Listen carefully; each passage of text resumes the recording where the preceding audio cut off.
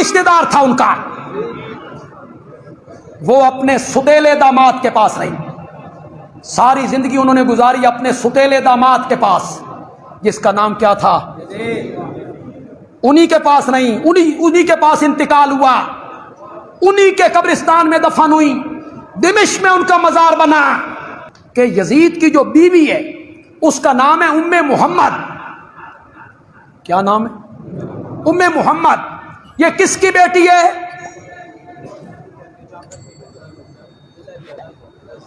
یہ ام محمد کس کی بیٹی ہے؟ عبداللہ ابن جعفر کی۔ عبداللہ ابن جعفر کون ہے؟ حضرت حسین کے چچا زاد بھائی۔ جی آپ کو لگیں گی تو یہ باتیں بڑی عجیب سی، اتھے رشتہ داریاں نے،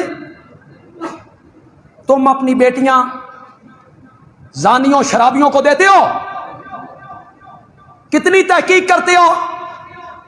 بیٹی کی شادی کرتے ہوئے عبداللہ ابن جعفر، جعفر طیار کا بیٹا، حضرت حسین کے چچا زاد بھائی بھی ہیں، بہنوئی بھی۔ حضرت زینب کی شادی کس کے ساتھ ہوئی تھی؟ عبداللہ ابن جعفر کے ساتھ۔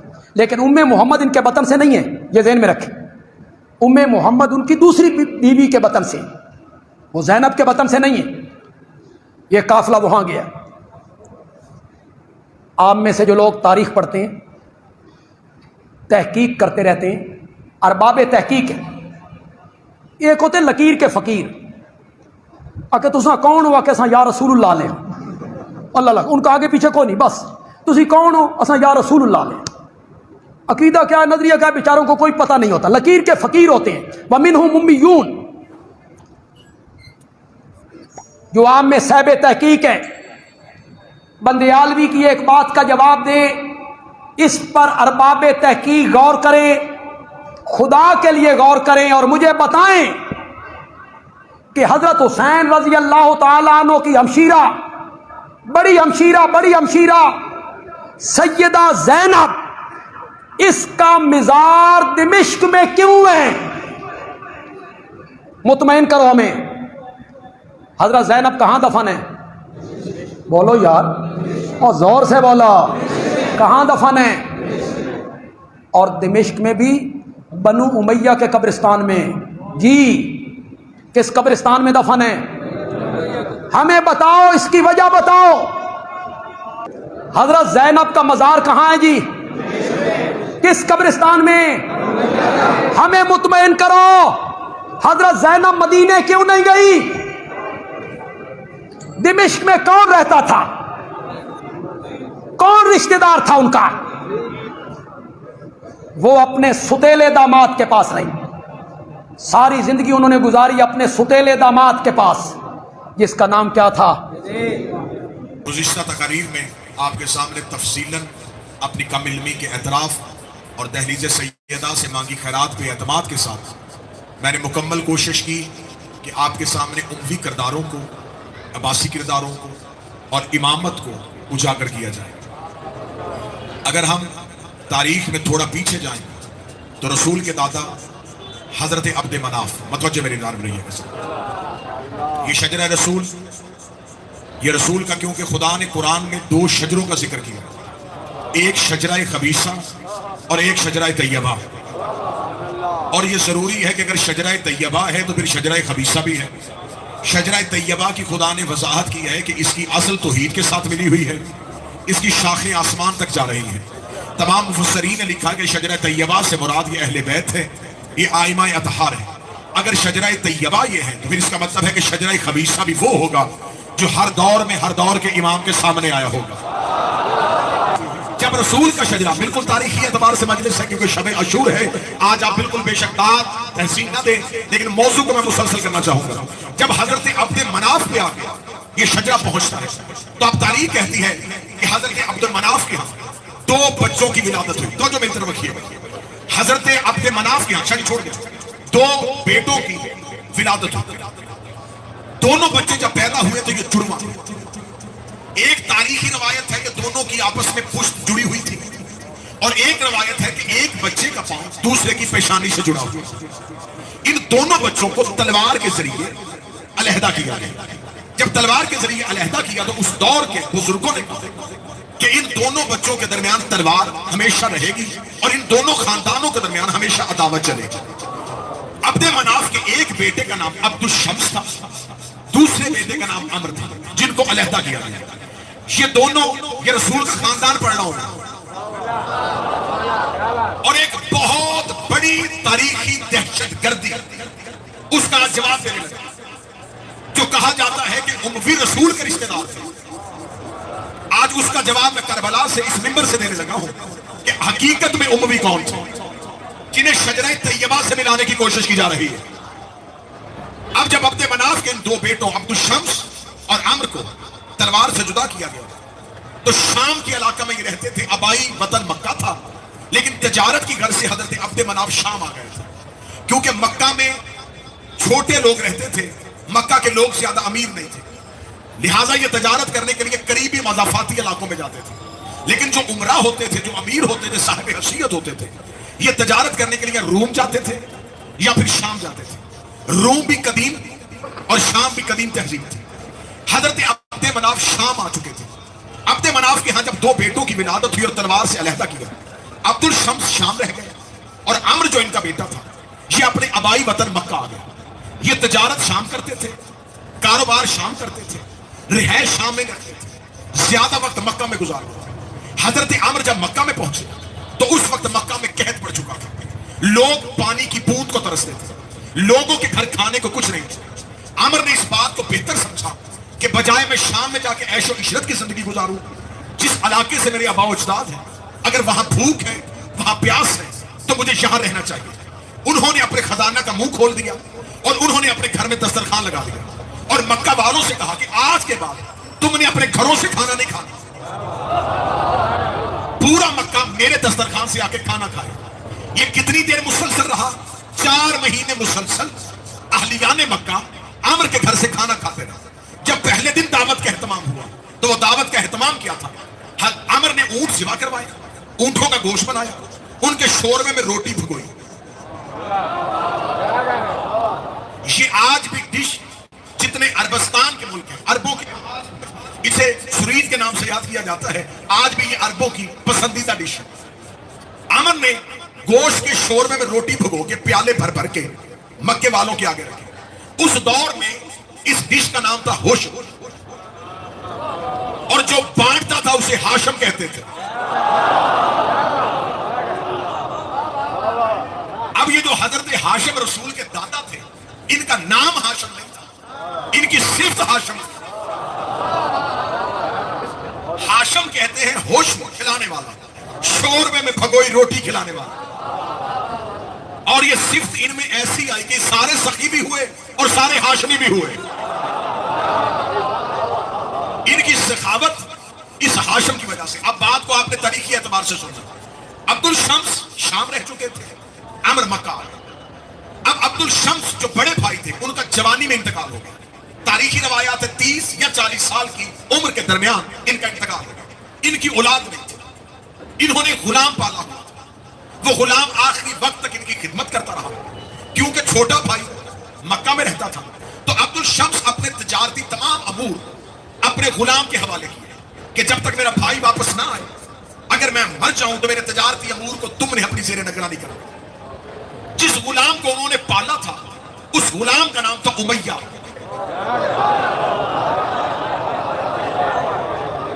کیونکہ آج مجھے موضوع کو مکمل کرنا ہے تو اس لیے میں بڑی جلدی سے تاریخ آپ کے سامنے پڑھوں۔ یہ بیٹا نہیں تھا، یہ غلام تھا۔ اور عربوں کے ہاں بھی ناصر شاہ صاحب یہ طریقہ کار تھا کہ عرب غلام کو بھی بعض اوقات اس کا بیٹے کے نام سے منسوب کر دیتے تھے۔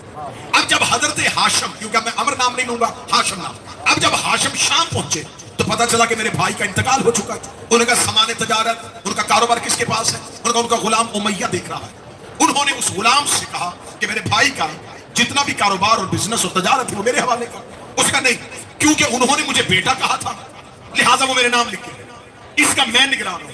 اب حضرت ہاشم اتنے بڑے تاجر تھے کہ انہیں اس سامان سے کوئی غرض اور غایت نہیں تھی، لیکن امیہ سے ہاشم کی دشمنی چل پڑی۔